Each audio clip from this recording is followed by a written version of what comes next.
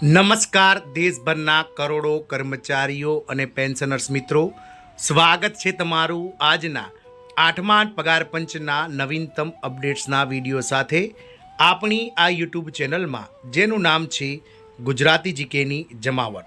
તો 8મા પગાર પંચની રચના ગત 3 નવેમ્બર 2025ના રોજ કેન્દ્ર સરકાર દ્વારા કરવામાં આવી છે અને ત્યારથી 8મા પગાર પંચની જે 3 સભ્યોની જે કમિટી છે તેણે પોતાનું કામ શરૂ કરી દીધું છે. તો 8મા પગાર પંચને 18 મહિનાનો સમયગાળો કેન્દ્ર સરકાર દ્વારા આપવામાં આવ્યો છે. જૂન 2027 સુધીમાં રિપોર્ટ જે છે તે કમિટી સરકારને સોંપી શકે છે. તો 8મા પગાર પંચના નવીનતમ અપડેટ્સમાં આપણે જાણીશું કે 8મા પગાર પંચમાં સરકારી કર્મચારીઓ અને પેન્શનર્સો માટે સારા સમાચાર છે. 20 મહિનાનું એરિયસ એક સાથે મળશે તેવી શક્યતા હાલમાં 8મા પગાર પંચના કાર્યકાળને જોઈને જે છે તે સેવાઈ રહી છે. જાણીશું આજના વિડીયોમાં વિગતવાર કે કઈ રીતે 20 મહિનાનું એરિયસ ચૂકવાશે, કયા લેવલના કહી શકાય, કયા ગ્રેડના કર્મચારીઓને કેટલું એરિયસ 20 મહિનાનું મળશે. આ તમામ માહિતી આજના વિડીયોમાં આપણે મેળવીએ. તો વિડીયોના અંત સુધી આ બન્યા રહો. જો ચેનલમાં તમે નવા સબસ્ક્રાઈબર હોય તો અમારી ચેનલને સબસ્ક્રાઈબ કરવાનું ભૂલશો નહીં.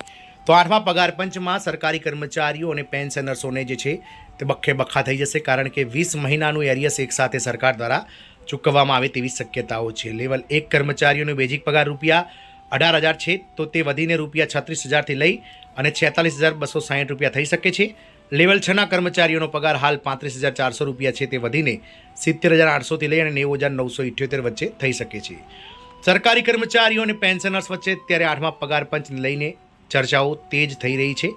1 જાન્યુઆરી 2026થી લાગુ થયેલ આ વેતન પંચ નિવૃત્ત ન્યાયમૂર્તિ રંજના પ્રકાશ દેસાઈના વડપણ હેઠળ સમિતિ વિવિધ મુદ્દાઓને લઈને વિચાર કરી રહેલ છે.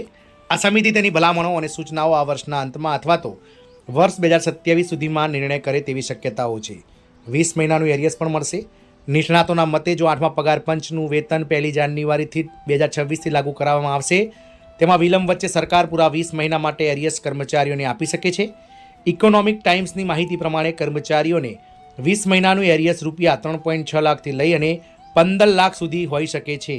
આ રકમ કર્મચારીના બેઝિક પગાર પર આધાર રાખે છે.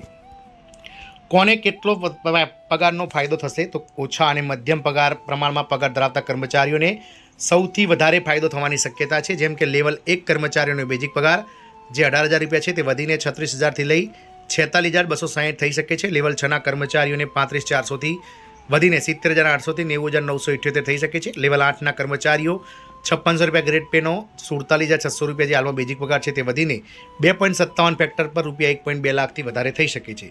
જો 3થી વધારે ફિટમેન્ટ ફેક્ટર લાગુ કરવામાં આવે તો તે વધારો વધી શકે છે. એકંદરે માસિક પગારમાં રૂપિયો 18,000થી લઈ અને રૂપિયા 74,000 અથવા વધારે પણ વધી શકે છે.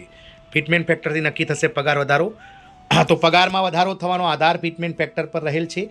ફિટમેન્ટ ફેક્ટર એવી સંખ્યા છે કે જેનો ઉપયોગ બેઝિક પગાર વધારવા માટે કરવામાં આવે છે. અગાઉ 7મા પગાર પંચમાં 2.57નું ફિટમેન્ટ ફેક્ટર નક્કી કરવામાં આવેલો. કર્મચારી યુનિયનોનું કહેવું છે કે 8મા પગાર પંચમાં આ ફિટમેન્ટ ફેક્ટર 3.0થી લઈને 3.25 વચ્ચે હોવું જોઈએ, કારણ કે એ છેલ્લા 10 વર્ષમાં મોંઘવારી અને જીવન નિર્વાહ ખર્ચો જે છે તે ઘણો વધી ગયો છે. આમ મોંઘવારી અને જીવન નિર્વાહ ખર્ચને વધતા ખર્ચને લઈ અને કર્મચારીઓ 3થી લઈ અને 3.25 વચ્ચે જે છે તે ફિટમેન્ટ ફેક્ટર નીકાળી રહ્યા છે. જો સરકાર આ ફિટમેન્ટ ફેક્ટર પર સહમતિ સાધે છે અને કર્મચારીઓ અને પેન્શનર્સોને 8મા પગાર પંચમાં 3.0થી લઈ 3.25 વચ્ચે જો કર્મચારીઓને કહી શકાય ફિટમેન્ટ ફેક્ટર પ્રમાણે પગાર વધારો બેઝિકમાં આપે છે, તો 20 મહિનાનું એરિયસ જે છે તે લેવલ 1ના કર્મચારીઓને 3,60,000થી લઈ અને ટોપ લેવલ 18ના કર્મચારીઓને 15 લાખ સુધીનું એરિયસ જે છે તે 20 મહિનાનું સરકાર ચૂકવી શકે છે. આમ 8મા પગાર પંચની કમિટી દ્વારા પોતાનો જે છે તે કાર્યકાળ સંભાળવામાં આવ્યો છે. ત્યારબાદથી લઈ અને અનેક જે અહેવાલો છે તે બહાર આવી રહ્યા છે. ગતરોજ આપણે જાણ્યું કે કર્મચારીઓના ભથ્થામાં પણ વધારો કરી શકે છે. ત્યારબાદ હવે આ કર્મચારીઓને 1 જાન્યુઆરીથી જ 8મા પગાર પંચ અમલમાં આવશે તે નક્કી થઈ ગયું છે, કારણ કે 20 મહિનાનું એરિયસ સરકાર આપવા માટે તત્પર છે. જય હિન્દ, અસ્તુ.